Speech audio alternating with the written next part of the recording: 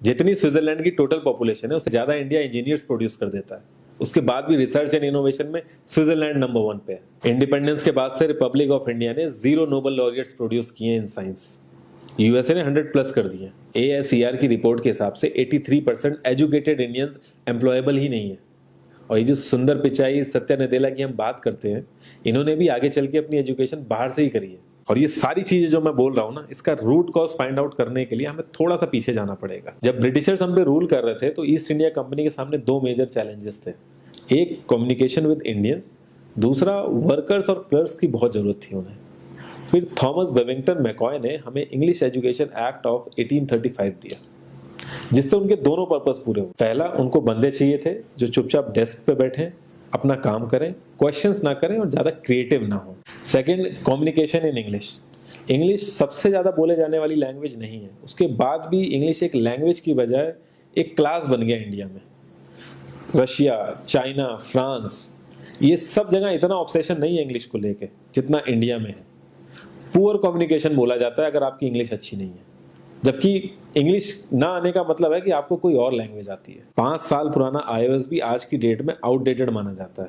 लेकिन इतनी इंपॉर्टेंट चीज, हमारा एजुकेशन सिस्टम, आज भी बस थोड़े से चेंजेस के साथ ऐसे ही चल रहा है। हमारे एजुकेशन सिस्टम में रटने का कंपटीशन होता है, जो ज्यादा रट लेता है उसके ज्यादा मार्क्स आते हैं। अब 95% जिसके संस्कृत में आए हैं वो भी संस्कृत नहीं बोल पा रहा है। और बेसिक हिस्ट्री होने की बजाय इतनी मोटी मोटी किताबें हैं हिस्ट्री की जिसका कोई मतलब नहीं है। अगर आज की डेट में आपको कुछ भी पता करना, आप गूगल से पता कर लोगे, उसके लिए आपको याद करने की जरूरत नहीं है इतना कुछ। और ये गवर्नमेंट स्कूल में हर क्लास में इंग्लिश का सब्जेक्ट है। 12-12 साल लगाने के बाद भी लोग इंग्लिश नहीं बोल पा रहे हैं, और बिना किसी बुक को पढ़े 5 साल का बच्चा सीख लेता है, क्योंकि उसको वैसा एनवायरमेंट मिल जाता है।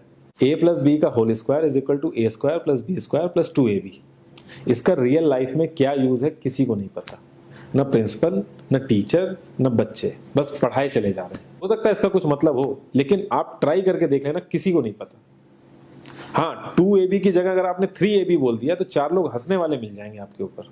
किंडरगार्टन में जो बच्चों को सिखाने के लिए टेक्निक यूज होती है वो लाख गुना अच्छी है कॉलेज की वो रटने वाली टेक्निक से। और जिन बच्चों के बहुत ज्यादा नंबर आते हैं ना, जो वो छुपा छुपा के एग्जाम में लिखते हैं, आप देखोगे जब वो रियल लाइफ में जाते हैं ना तो ज्यादातर क्रम्बल करते हैं वो। हर किसी को सेम सिलेबस और सेम चीज सिखाई जाती है बिना उसकी कैपेबिलिटी देखे, और क्रिएटिविटी का तो दूर दूर तक मतलब नहीं होता। अब एक लाइन से आप शेर, मछली, सांप, हाथी, सबको लाइन से खड़ा कर दो और उनसे कहो पेड़ पे चढ़ो, उनको तो जिंदगी भर यही लगेगा ना कि वो तो किसी काबिल ही नहीं है। और द्रोणाचार्य ने भी पांडवों को उनकी स्किल सेट के हिसाब से उनको चीजें सिखाई, सबको एक ही चीज नहीं सिखा दी। और हमारे एजुकेशन सिस्टम में ज्यादा ऑप्शंस भी नहीं है। सबसे ऊपर साइंस, फिर कॉमर्स, और सबसे नीचे जाके कहीं नंबर आता है आर्ट्स का। आर्ट्स लेने वाले को तो लोग इतना हल्के में लेते हैं जैसे वो किसी काम का ही नहीं है। हर माँ बाप को तो इंजीनियर या डॉक्टर ही बनाना है। कॉलेज वाले अगर एक्स्ट्रा कोर्स रख भी देते हैं तो माँ बाप एंट्री नहीं कराएंगे, तो वो सारा पैसा बर्बाद होगा कॉलेज का। तो ऑप्शंस कहाँ से आएंगे? और बचपन से ही आपकी ट्रेनिंग स्टार्ट हो जाती है। माँ बाप, भाई बहन, रिलेटिव सब यही समझाते हैं अगर आपके मार्क्स नहीं आए और जॉब नहीं लगी तो आपकी जिंदगी बेकार। और लाइफ की क्रिएटिविटी को आप रखते हो साइड में, और ये अच्छे मार्क्स और अच्छी जॉब पाना आपका सपना बन जाता है। अब ये सपना पूरा हो जाता है तो बहुत बढ़िया है, दूसरे को जेलस फील कराओगे, नीचा फील कराओगे। और इस छोटी सी उम्र में अगर सपना टूट जाता है तो सेल्फ डाउट में आ जाओगे। इतना बाहर वाले आपको नीचा नहीं समझेंगे जितना आप खुद की नजरों में गिर जाओगे। आप किसी भी 4-5 सक्सेसफुल आदमियों के बारे में सोच के देखिए जिन्हें आप बहुत सक्सेसफुल मानते हो, या जिनकी तरह लाइफ आप जीना चाहते हो।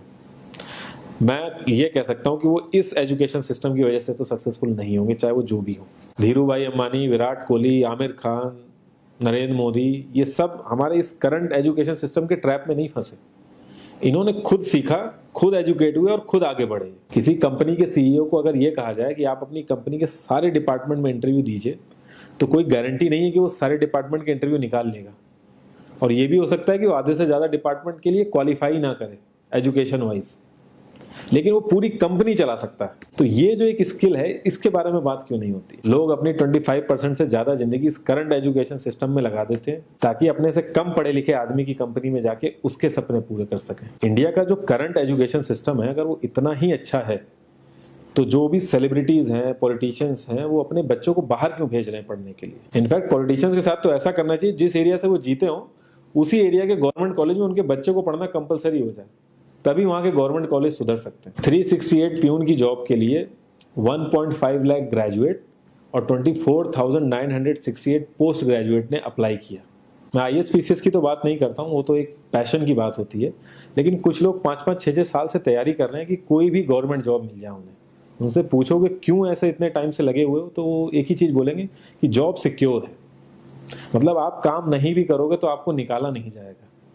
ये सारी कामचोरी वाली बातें माइंड में इसीलिए आती हैं क्योंकि हमारा जो करंट एजुकेशन सिस्टम है वो इतना कॉन्फिडेंस ही नहीं देता है कि हम अपनी स्किल के दम पे कहीं जाके काम करें और हमें निकलने का डर ना हो। मैं आने वाले 10 साल की तो बात ही नहीं कर रहा हूँ, अगर मैं आने वाले 5 साल की भी बात करूँ तो टेक्नोलॉजीज में इतना ज़्यादा चेंजेस आ जाएगा कि जो आज हम पढ़ रहे हैं, जिस स्किल पे हम फोकस कर रहे हैं, पता नहीं वो रेलेवेंट भी होगी कि नहीं उस समय। Cloud computing, SEO, digital marketing, ये सब जॉब्स पहले एग्जिस्ट ही नहीं करती थी। हम लोगों को एजाइल होना पड़ेगा, नई नई चीज़ों को सीखने के लिए ओपन रहना पड़ेगा, क्रिएटिव माइंड लगाना पड़ेगा।